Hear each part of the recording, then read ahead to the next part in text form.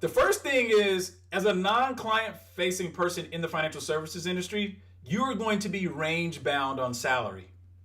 I don't know what that range is going to be. I'll just let you know there is a ceiling on that. You can probably make six figures and market adjusted, right? I know San Francisco is different than Minnesota. I get it. The point being is there's an upper limit. And here's why there's an upper limit.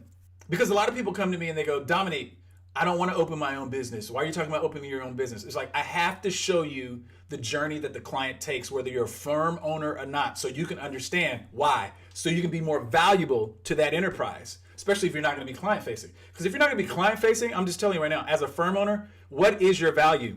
There's a limited amount of things that, of course, that I cannot do in my firm. But up to that point, like, there starts to be clients involved. And here's the kicker. Here's the real thing. If I don't bring in clients, if the Rainmaker doesn't bring in clients, there is no number crunching for you to do. There are no plans for you to prepare. So, like, you really need to give the Rainmakers some credit here and not be trying to suck up all the revenue, because at the end of the day, the Rainmaker brings the revenue in. That's the deal. And so there's a difference between marketing and sales, because marketing leads to the sale.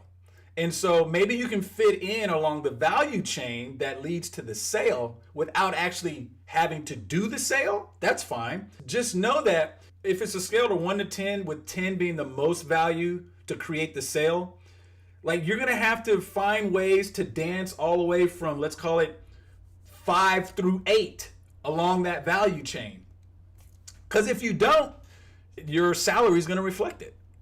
You know, I get a lot of people talking about, I want to be able to make six figures. I want to be able to do this. I'm like, are you willing to go get clients? Well, I don't really want to get clients. Well, sorry, you're range bound. So what you really need to do, if you disbelieve or you want more proof of this, in my webinar, which I'm not going to go through now, but I talk about how I doubled my salary. I started at 60, and 7-8 months later, I was at 130. And by the time I left, I was deep into the six figures. Now, the reason I was able to do that is, although I wasn't the primary Rainmaker, I was willing to help with business development. I was willing to take those existing clients and create more revenue opportunities from the existing base, all right? And add value in other ways. So you've got to find a way. My point is, you've got to find a way to add the value. If you don't add value, you're going to be super range bound.